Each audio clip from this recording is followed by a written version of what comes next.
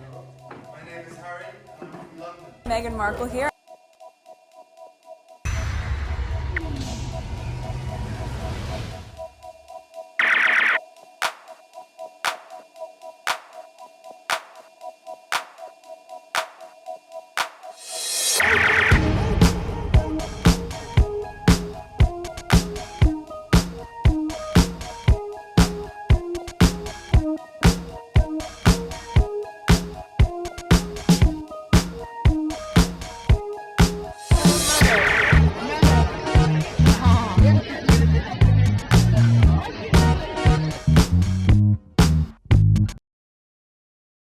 Alright, today is December 15, 2025. It is 2:56 a.m. So, there's a lot going on Twitter. I'm trying not to talk too much about the father that's in the Philippines, but there are some tweets about it. A lot of the squad were talking about it, so I put some tweets on my list regarding that, and there's some other information, random topics that I don't normally discuss on my channel. I have, and some of them I've already posted on my community board, just in case I wasn't gonna put it on the list. You know what? Let's just get to it, okay? Let's just get to it. First tweet. This is on the list, by the way. First tweet. Let's pause. Okay.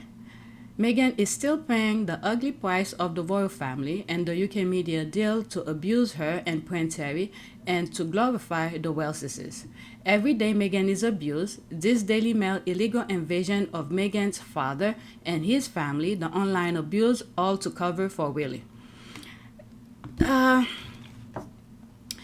This tactic, I'm not saying what this caption said is wrong. I think it's pretty much 100% correct.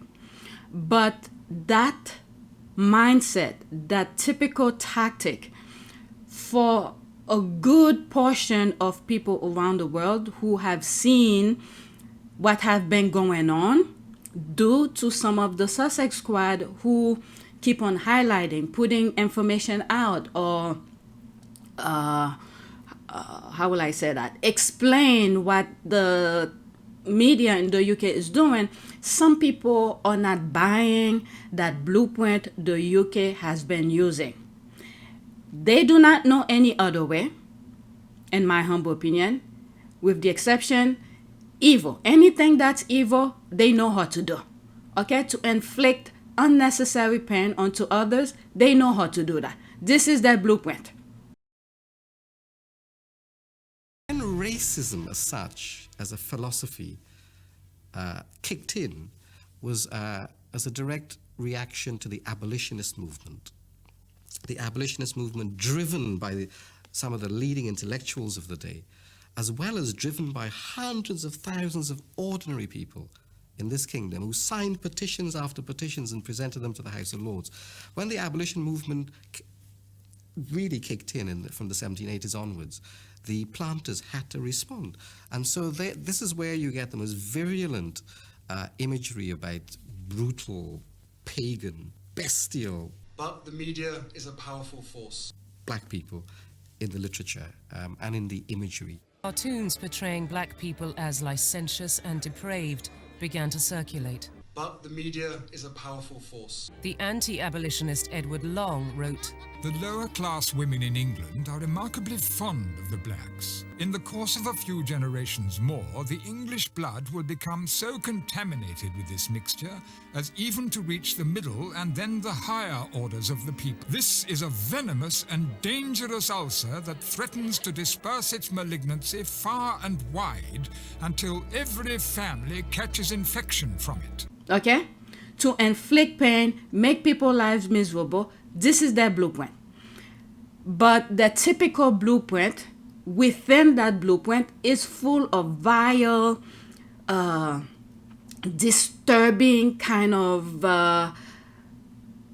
maniac kind of thing that's inside their blueprint.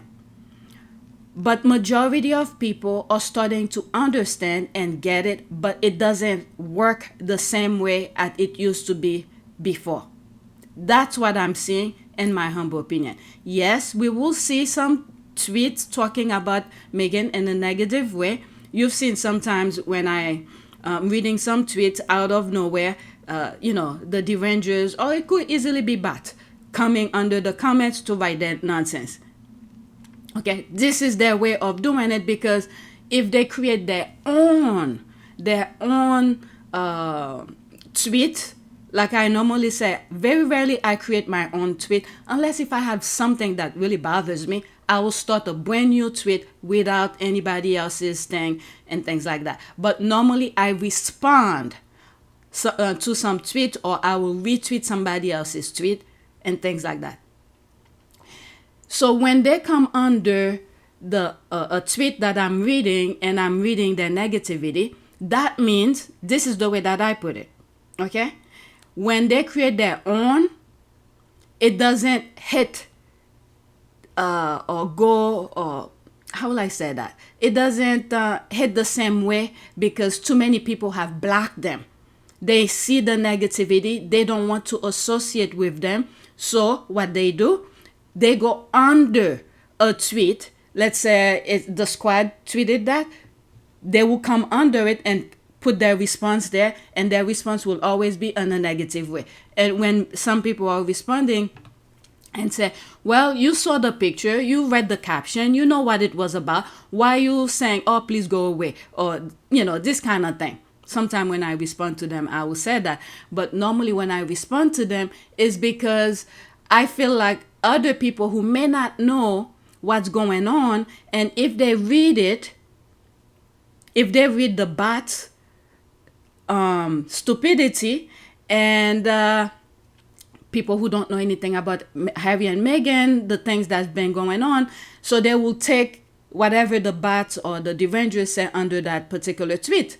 So sometime when I respond to them, even though I think it's a bot or whatever it may be, it's just that, or that same person who may not know the truth will see my comment as well. Okay, it's like a counterbalance. Okay, and normally when I respond, that's because I might know of something, and then I'll put screenshot of what I'm saying. Does that make sense? Okay, so basically the UK tabloid, I don't want to put everybody under the same umbrella, because now more Brits are talking. Okay, I've shared some videos of audios of like Sharon, for instance, who express her mind, who then go along with the radio or whatever, the podcast that was, I think it was Jeremy Vine, and he was out at that time. Okay, Sharon expressed her viewpoint that she really liked Meghan.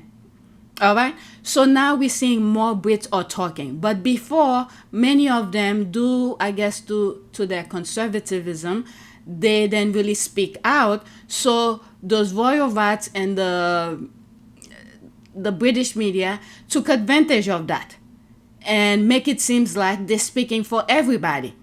And this is the thing as well. Many people should really, really respect Harry, because he was, so far, I haven't heard anybody else said that, any Brits who have said that, only Harry, where he have said even though we know he's not speaking for everybody, but due to his platform, okay, he made it clear that it's not the people in the UK that are bigoted. It's the British media that is bigoted. And we know he's not. But anyway, let's listen to this, all right? I went on for too long. All right, let's listen to this. What's he actually like, Robert? Is he going to be a good king? Well, I hope he listens it's difficult, doesn't he's tricky. I think that there's no doubt that the king used to get on better with Harry. Really? There's Why do you say that? That's what I understand to be the truth. I mean, I think that the people that know them well said that was part of the heartbreaking side of this whole fallout, was that the king and Harry used to sort of see eye to eye more. They used to have more time. They used to get each other more. Whereas I think with William and the king, there's always been clashes over the ivory in the royal collection, and clashes over just little things. The appearance of George, I remember in a photograph on a desk of they had a massive row about that. It can be quite... Okay, I don't know how recent is this? Yes, there's probably a different kind of relationship between the two sons of Charles, but technically, in my humble opinion, which I've said so many times, I don't think Charles give a F about any of them. If this is recent, I think he's trying to clean up the mess that he created. And I also believe that Harry still should not trust the father, because I think that, I don't know, there is a fear within the royal family with the media. So Charles will do anything, in my humble opinion, to give the media what they want. And if Harry have to be thrown under the bus, I think he will do it, in my humble opinion. But with William, we were already seen on national television. He didn't give a shit when he was young, hitting the father behind the head. And I think that also made Charles afraid of William to a different level. But Harry, the thing with Harry, he is so obedient. I don't think anymore, because now he has a family to raise, so he's gonna do what he needs to do to protect his family. But before, as a working royal, he was so obedient and respect the institution. I was born into this life, and it is a great honour to serve my country and the Queen. It has been our privilege to serve you, and we will continue to lead a life of service. So in that respect, nothing changes. I will always have the utmost respect for my grandmother, my Commander-in-Chief, and I am incredibly grateful to her and the rest of my family for the support they have shown Meghan and I over the last few months. I will continue to be the same man who holds his country dear and dedicates his life to supporting the causes, charities and military communities that are so important to me. And the hierarchy of things, so this is why they were underestimated him, which was good in a way, because everything was going in his head. He did his calculation in his head, and they underestimated him. And these two who are talking, I think Charles is sending them to clean up the mess, create a brand new image for him. But even though some of the squads are for Charles to live longer, it's just that they don't like William. Okay, the squad don't like William. They think William will be worse than Charles, but that doesn't mean the squad like Charles. A lot of people still remember what Charles did to Princess Diana. That will never go away. That will never go away. But now he's trying to clean up whatever mess he created. Oh my God, I'm already 10 minutes. Come on. Not controlling, but he's a bit tricky. He came out, he's got a bit of a temper. Like Well, most you people. use the following words to describe William. You say he's occasionally been over-assertive, can be difficult to handle, with aides approaching sensitive matters carefully.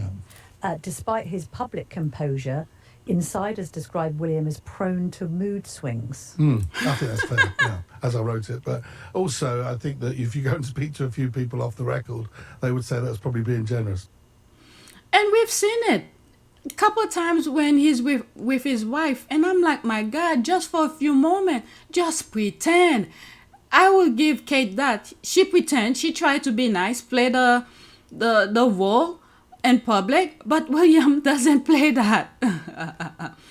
All right, very true. That's the heart. Well, that's the heart again. What is that?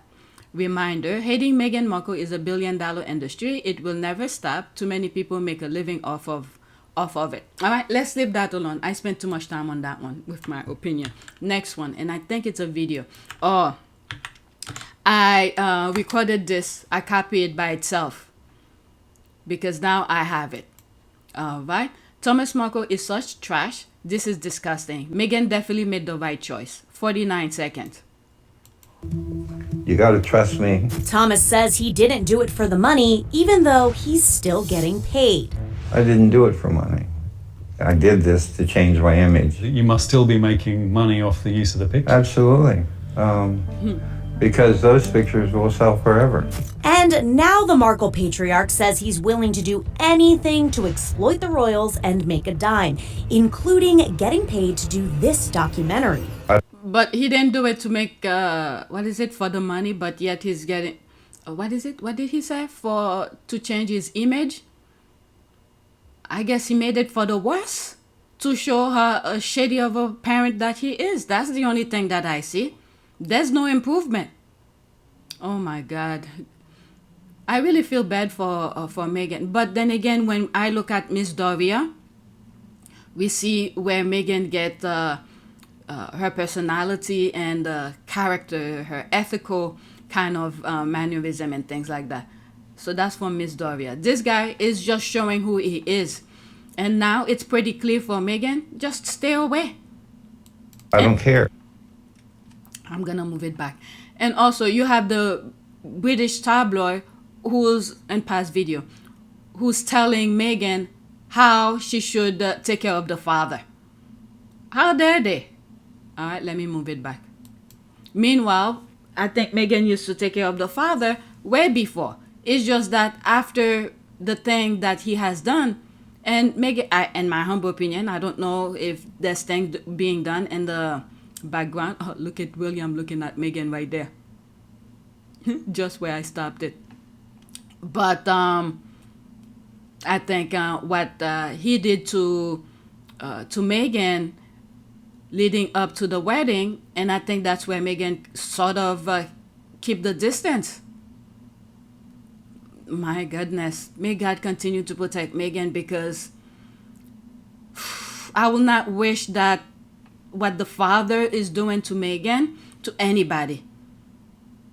I mean, I talk about it because this is what's going on. But if you look at it in a, let's say, if it was your father's doing that, that's a huge embarrassment. But then again, because of Miss Doria, who show her poise, her how will I say that? Her respect and everything positive about Miss Doria, that's what counterbalanced that father.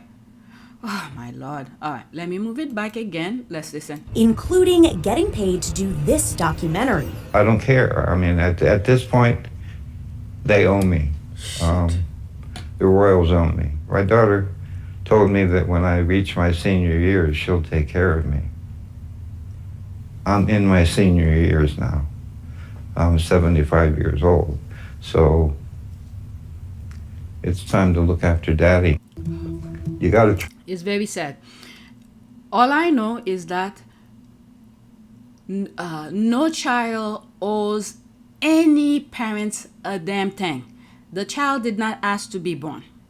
However, in every culture, there's that understanding of respect, with the exception, let's take African American out of that, okay? When I'm talking about America or anything, let's take African American out of it, unless if I say something, I will include them. Because when I see in Europe and some part of in the United States, with the exception of African American, many of these people do not have any respect for their elders.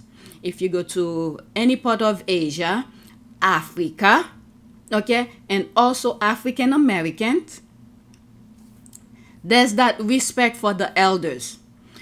But the way this guy is running his mouth, Meghan have shown that side of Miss Doria, of African American, the respect. From what I've read is that Meghan used to, I guess when she was working, okay, on suit and do her thing, she used to take care of the father. Now, leading up to the wedding, with all of those scheming and backstabbing going on national television and all of that, Meghan was trying to reach the father to stop talking to the media. And then he didn't even show up to the wedding.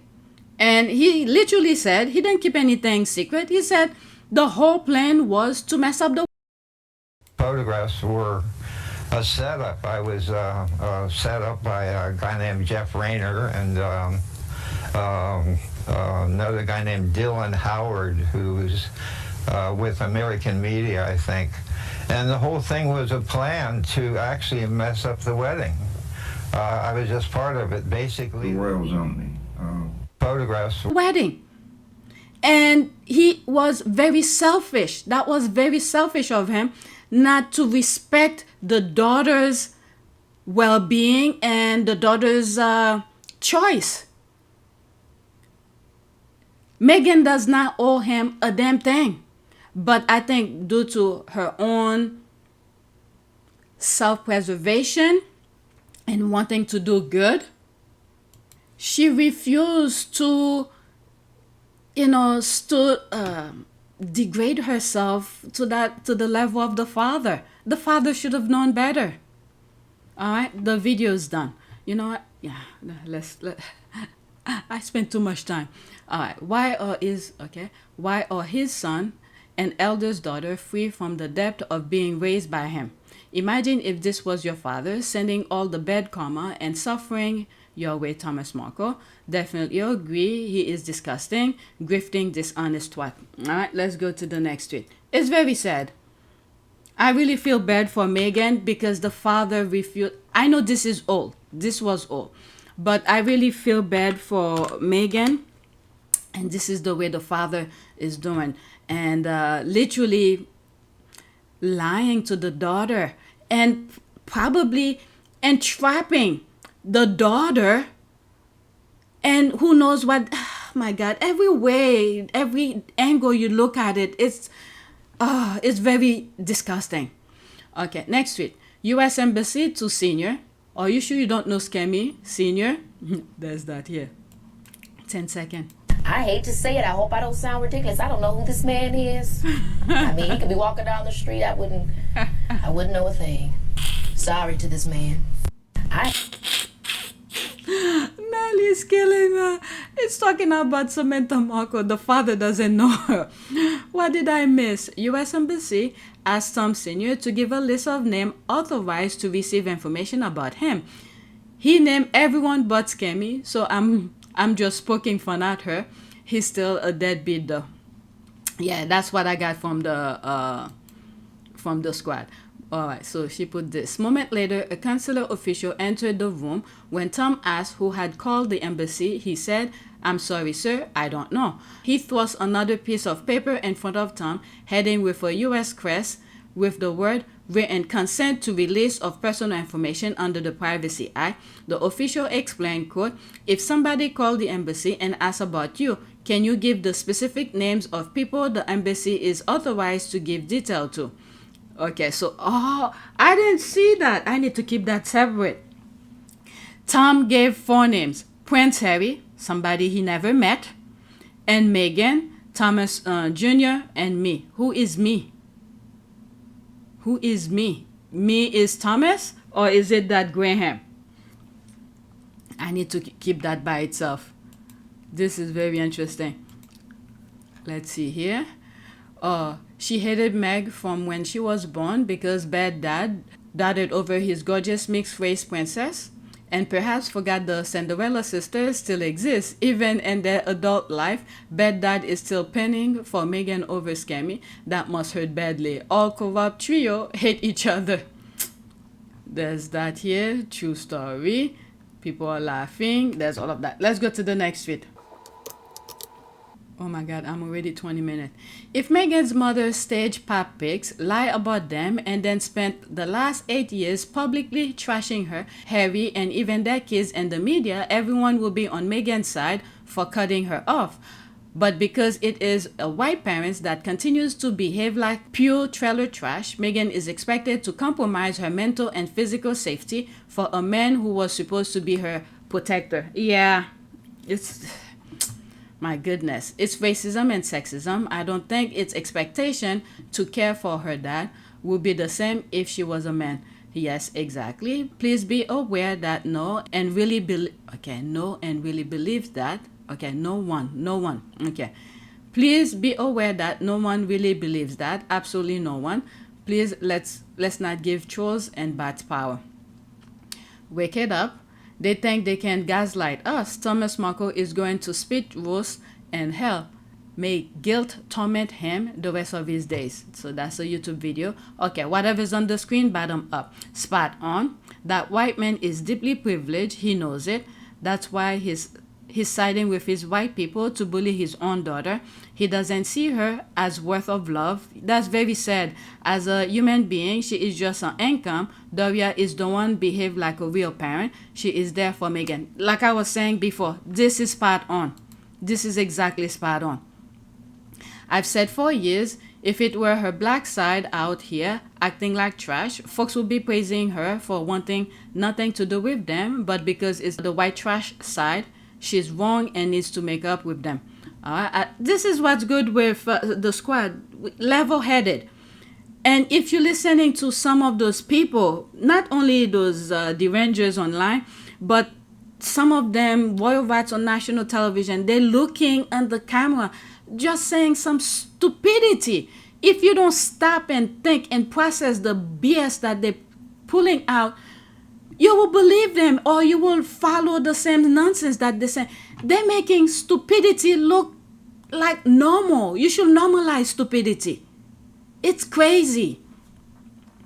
Okay, as proving when they were quick to spread the rumor that her black mother was in jail because of drugs and her poor brave white father had to raise her by himself for years, lies that have been easily debunked yet still spread it around as facts. Not too long ago, someone, do I have that separate? But I have it in one of my videos sometime last week. Who was the real person who was in jail? Almost the same name as as Meghan's mother. I think it was Dorian. There's something middle name Ragland, and it's a man. And then they took an image of Snoop Dogg and cut out his face and put Miss Doria's face. I'm telling you, I really hope Meghan is gathering her evidence to sue some people, because this is ridiculous. Yeah, exactly. Meghan said it. The media were expecting the black side of her family to be the trash one, but instead, Lily White side was trash.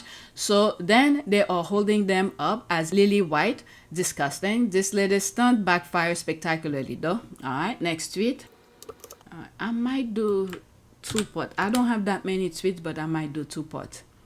All right, in his latest article, Sykes described how Charles went in for benign surgery. Cancer was discovered, and the diagnosis follows. Sound familiar?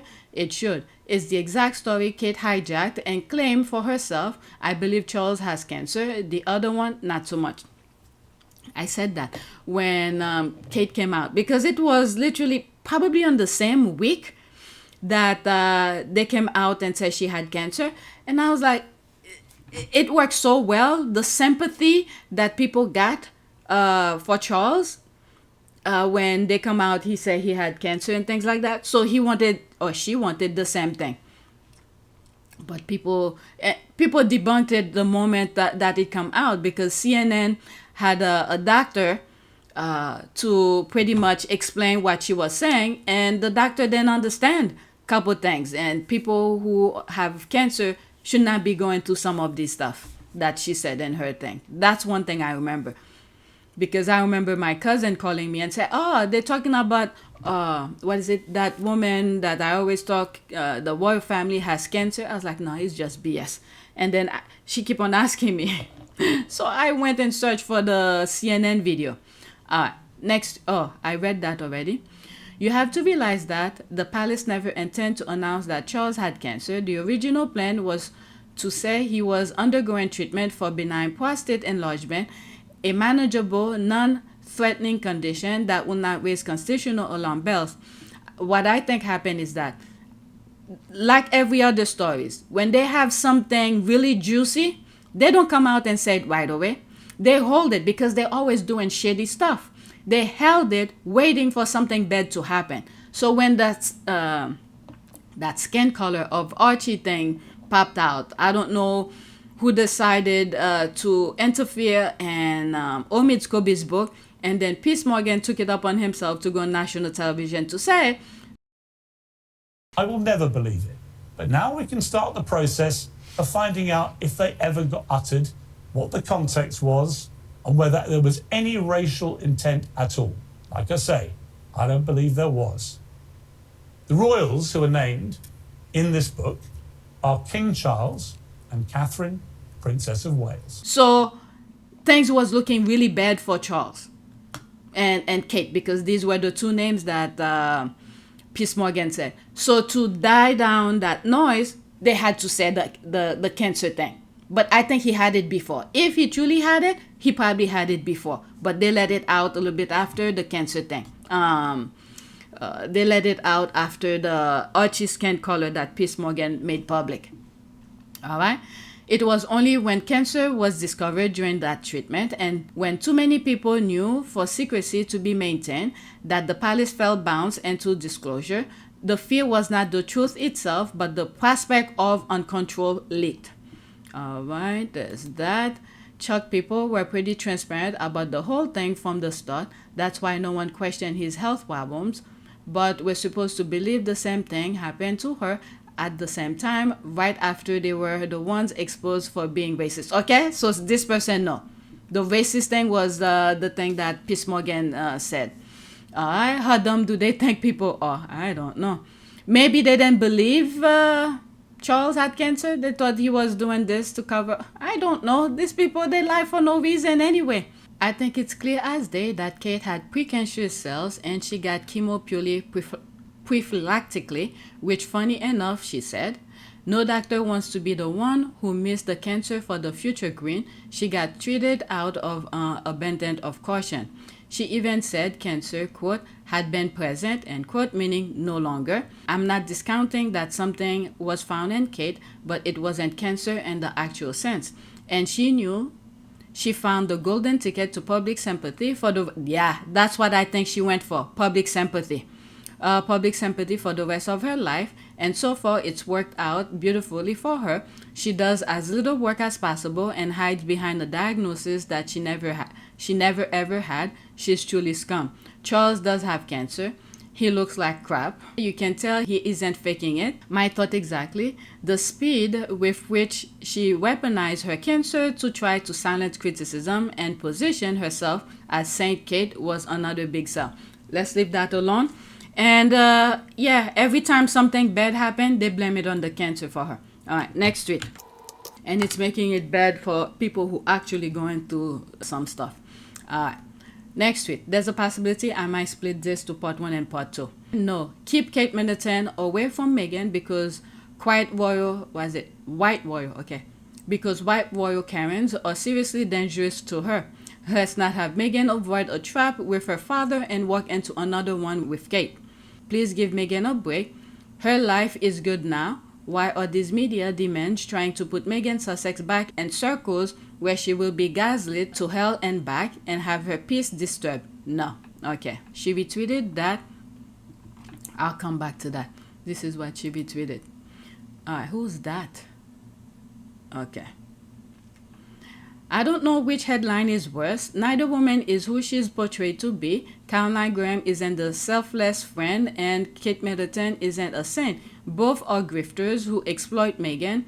One for money and one for PR. Both are responsible for the hate abuse Meghan has endured for 8+ years. Okay, she was running out of character. I'm sure that's why she put those numbers.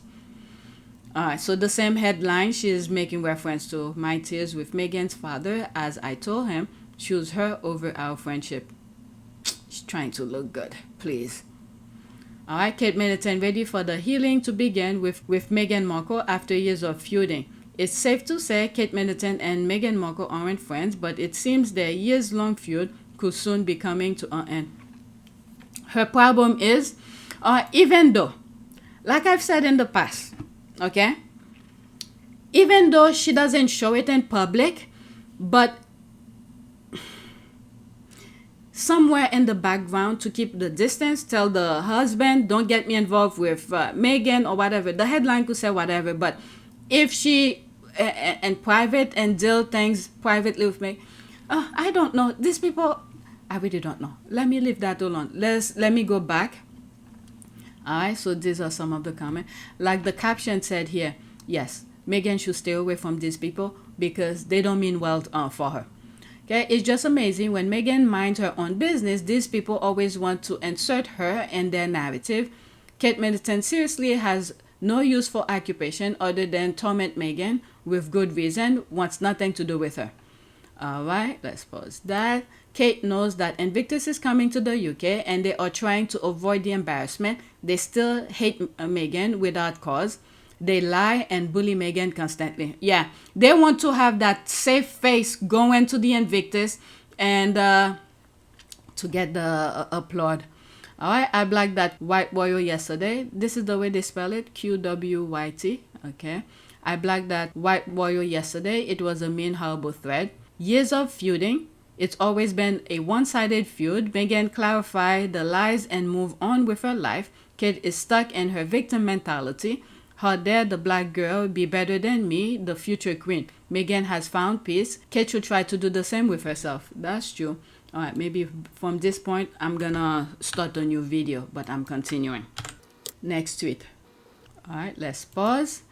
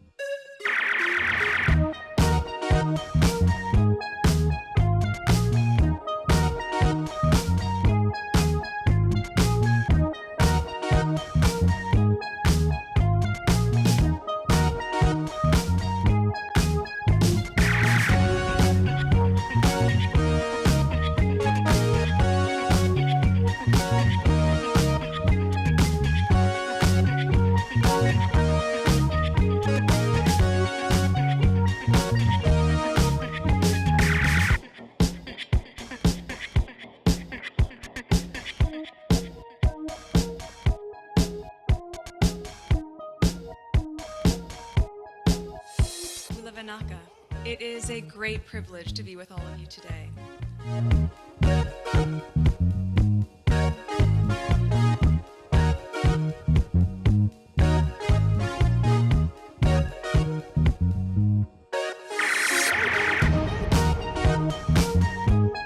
You know, we ask for forgiveness and please come back.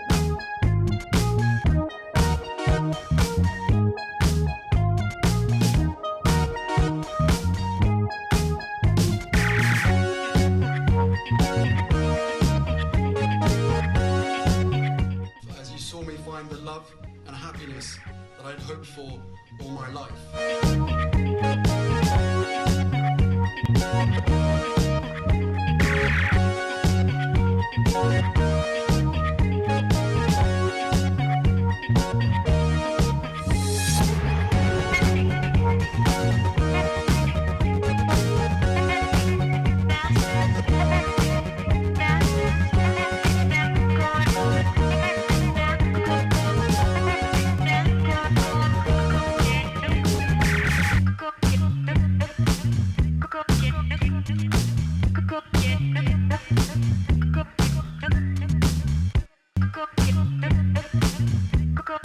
You are all in this together, and if I may speak personally, we are all in this together, because asking for help was one of the best decisions that I ever made. You will be continually amazed how life changes for the better.